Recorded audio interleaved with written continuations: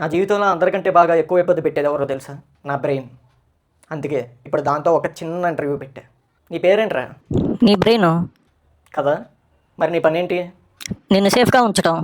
మరి ఎందుకురా అర్ధరాత్రి 2 గంటల తర్వాత ఎప్పుడో 5-6 సంవత్సరాల తర్వాత లైఫ్ ఎలా ఉంటుందో అని ఆలోచించేస్తూ ఉంటావు. అది సేఫ్టీ చెక్కరా.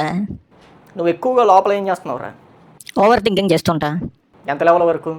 నిన్న ఒకడు హాయ్ అన్నాడు కదా, ఆడు అసలు నీకు ఎందుకు హాయ్ చెప్పాడు? ఆడు నిజంగా హాయ్ చెప్పాడా లేక వాడి టోన్లో ఏమైనా మీనింగ్ ఉందా అని దాని గురించి ప్రత్యేకంగా 5 గంటల అనాలిసిస్ చేశా.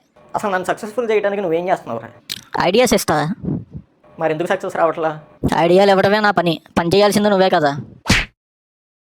ఒక అమ్మాయికి మెసేజ్ చేయాలరా, చెయ్యాలా వద్దా అని ఆలోచిస్తున్నా. ఏమంటావు? నేనైతే చేయమనే చెప్తా. హాయ్ పంపనా?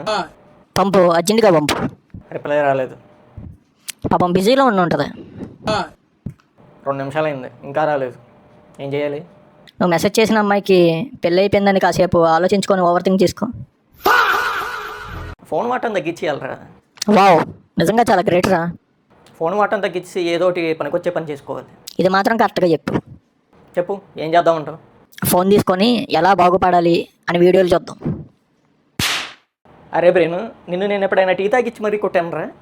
అమ్మని ఇటేదో గట్టి పాయింట్ పట్టుకున్నాడు. మరి ఎందుకురా రాత్రి త్వరగా పడుకోమంటే పడుకోవు?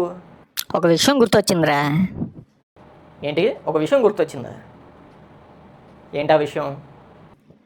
9 సంవత్సరాల క్రితం నీకు జరిగిన అవమానం గురించి ఆలోచిస్తున్నా. ఒరే, ఇప్పుడు ఎందుకురా అవన్నీ? ఒరే, ఎప్పుడు ఏమో ఆలోచించాలో తెలుస్తావుదా నీకు? ఇప్పుడు ఎందుకు అవన్నీ? ఎప్పుడో జరిగినాయి. ఏమో సార్, నాకు నిద్ర రావట్లేదు.